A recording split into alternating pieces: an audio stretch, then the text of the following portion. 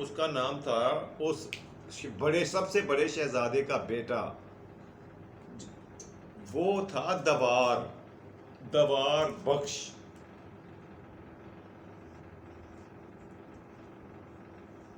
یہ صاحب تھے جی خسرو کے بیٹے، شہزادہ خسرو جو قتل ہو چکا تھا، جہانگیر کا سب سے بڑا بیٹا۔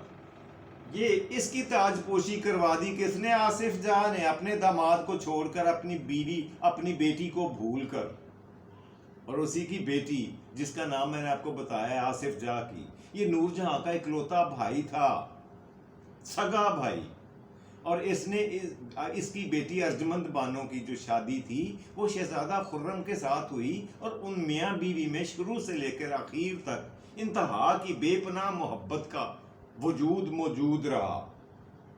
وہ میں آپ کی تفصیل وقتاً فوقتاً بتاتا رہوں گا کیونکہ ہم اس چیپٹر میں داخل ہو چکے ہیں۔ خیر، یہ بھمبر کا علاقہ تھا جی، جہاں پر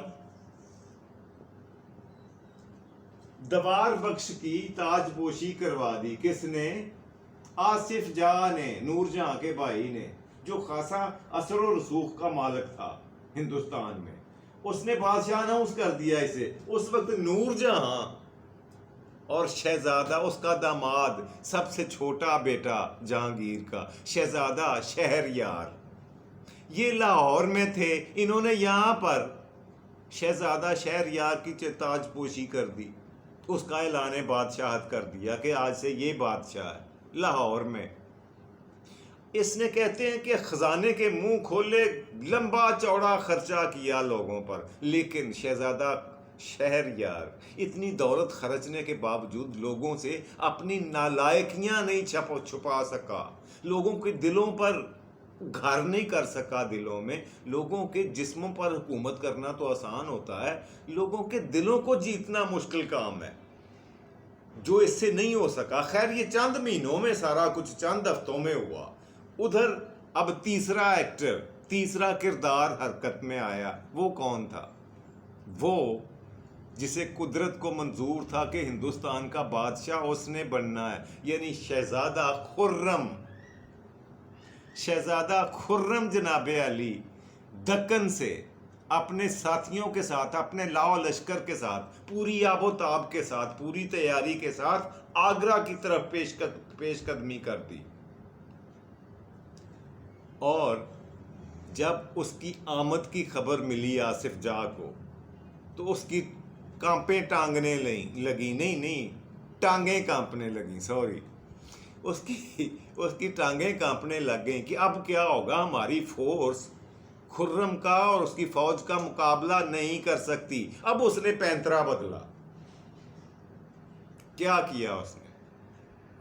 کہ اس نے بجائے اس کے کہ اس کی حمایت کرتا، جس کو خود بادشاہ بنایا تھا، اس کو قید خانے میں ڈالا اور لاہور پر جا کر حملہ کر کے وہاں پہ چھوٹے شہزادہ شہریار، اپنی جو داماد تھا ان کی سگی بہن کا، نور جہاں کا داماد، اس کو اور اس کی فیملی کو گرفتار کر کے آگرہ لے آیا، صرف اس لیے کہ یہ دو چیزیں جب میرے پاس ہوں گی نا میرے کریڈٹ پر، تو آنے والا جو نیا کردار آ رہا ہے کہانی میں، یعنی شہزادہ خرم ہونے والا بادشاہ، اس کی نظر میں میری وقت بن جائے گی، میری عزت اور مرتبہ بن جائے گا، مقام پیدا ہو جائے گا۔ اور یہی ہوا بھی۔ آگے جی ان کو کسی خاص مزاحمت کا سامنا نہیں کرنا پڑا۔ کس کو؟ خرم کو۔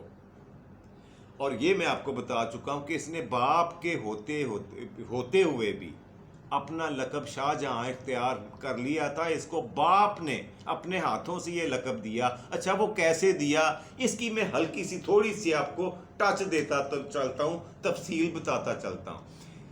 1614، 1616 اور 1618 یہ 3 جنگیں ہیں۔ ویسے تو بہت ساری جنگوں میں مہمات نے شہزادہ خرم نے لڑائی میں حصہ لیا، لیکن ایک پہلی لڑائی تھی 1614 میں، جب اس نے میواڑ کو فتح کیا۔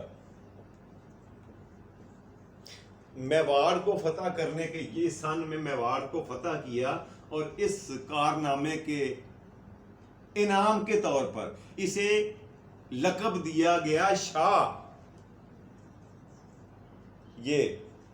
یہ پڑھیں، یہ ملاحظہ فرمائیں، یہ لقب ملا اسے اس جنگ کی وجہ سے، اس میں کامیابی کی وجہ سے. اور دوسری بڑی وجہ، اگلے ہی سال اس نے کیا کیا، یعنی 1616 میں 1616 میں اس نے کیا کیا کہ ملک عنبر نام کا ایک بہت بڑا جابر قسم کا حکمران تھا دکن میں.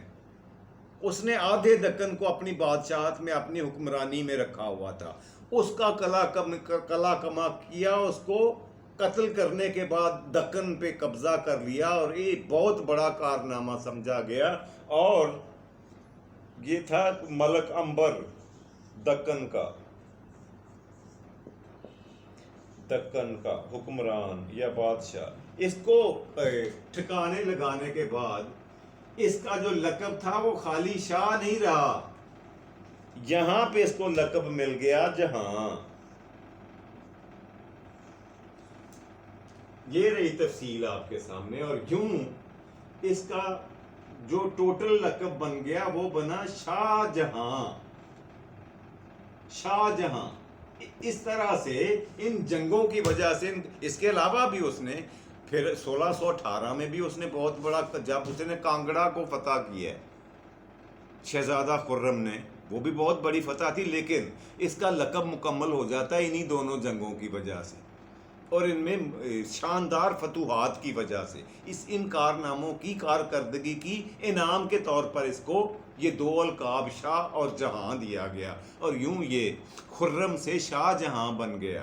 اور جب یہ بادشاہ بنا، اس کو کوئی خاص مزاحمت کا سامنا نہیں کرنا پڑا. آگرہ میں آ کر آصف جاں پہلے سے آنکھیں فرش راہ کیے ہوئے تھا، جو نور جہاں کا سگا بھائی تھا. اس نے آتے ہی پیغام بھیج دیا رستے میں کہ میں نے آپ کے رستے کے تمام کانٹے صاف کر دیے، اب آپ کے راستے میں اور بادشاہ کے تخت کے درمیان کوئی رکاوٹ، کوئی مسئلہ، کوئی پرابلم، کوئی کانٹا باقی نہیں بچا، آئیے اور چھا جائیے.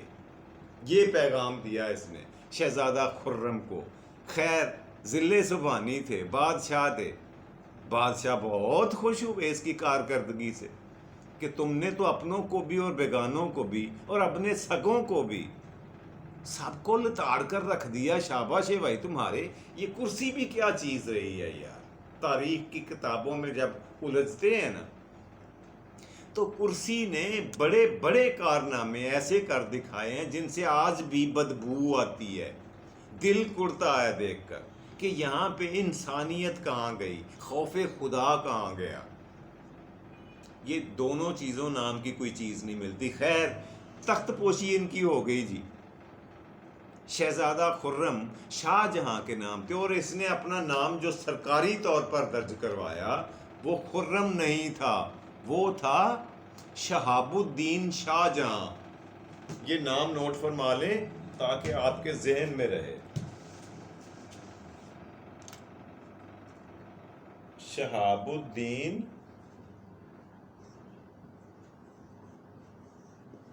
شاہ جہاں.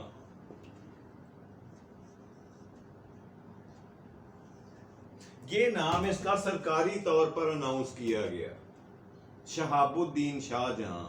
اور 1627 میں اس نے آ کر اچھا یہاں پہ یہ بھی چھوٹی سی گزارش کرتا چلوں کہ تاریخ کی مختلف کتابوں میں سنوں کا مختلف فرق نظر آتا ہے مجھے. کسی کتاب میں تاریخ دان نے کچھ اور سن اور تاریخ لکھی ہوئی ہے، کسی دوسرے اگر رائٹر کو پڑھیں تو اس نے اور ہی تاریخ بتائی ہوئی ہے. بہرحال تاریخوں میں کمی بیشی ہو سکتی ہے، لیکن جسے میں معتبر سمجھتا ہوں وہ 1627 ہی ہے جب اس نے تخت دلی پر، تخت آگرہ پر تاج پوشی کروائی. اسی سال میں آ کر بیٹھا اور بیٹھ کر چھا گیا جی، حکومت شروع کر دی. اب اس نے بیٹھ کر سب سے پہلا کارنامہ کیا کیا کہ اپنے سگے بھائی کو، اپنی سوتیلی ماں کے داماد کو، شہزادہ شہریار کو بچوں سمیت قید خانے سے نکلوا کر قتل کر دیا. کیسے؟ تاکہ اس کے بعد پھر اس نے ایک اور آدمی قید تھا جیل میں بتا چکا ہوں اسی پروگرام میں، اس کا نام تھا دوار بخش.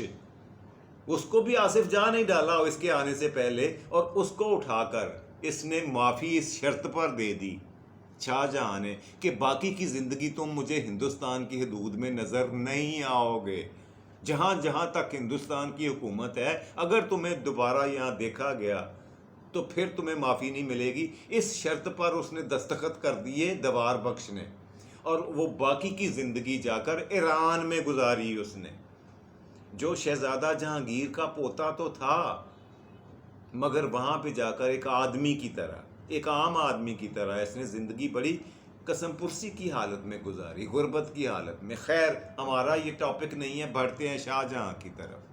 اب اس نے یہاں پہ فہرست تیار کروائی کہ کون کون سے نام میرے رشتہ داروں میں سے میل ممبرز، یعنی جو آدمی ہیں، بچے ہیں، بوڑھے ہیں، نوجوان ہیں، کہا جاتا ہے ان کی تعداد 36 یعنی 36 بنی.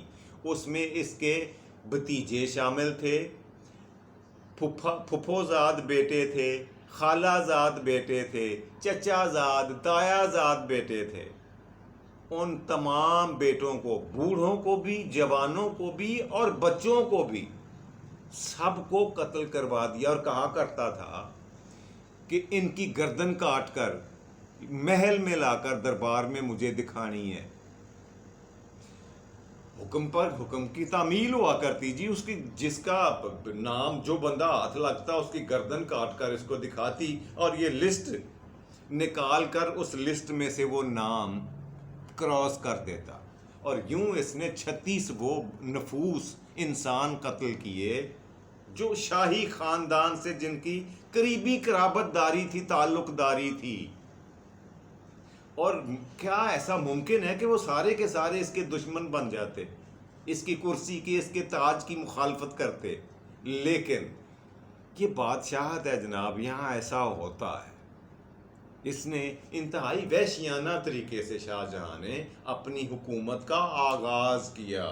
اس کے بعد بہت ساری چیزیں اور واقعات اس کے کریڈٹ پہ آتے رہے اور جاتے رہے. اور اس کے بعد یہ ہوا، میرا خیال ہے یہاں پہ ختم نہ کر دیں یہاں آج کی پہلی قسط کو، تاج پوشی تک ہی رکھیں. اور اس کا جو آغاز ہے وہ میں نے آپ کو مختصر سا بتا دیا ہے کہ وہ اس نے قتل و غارت گری سے شروع کیا. اب نور جہاں لاہور میں تھی.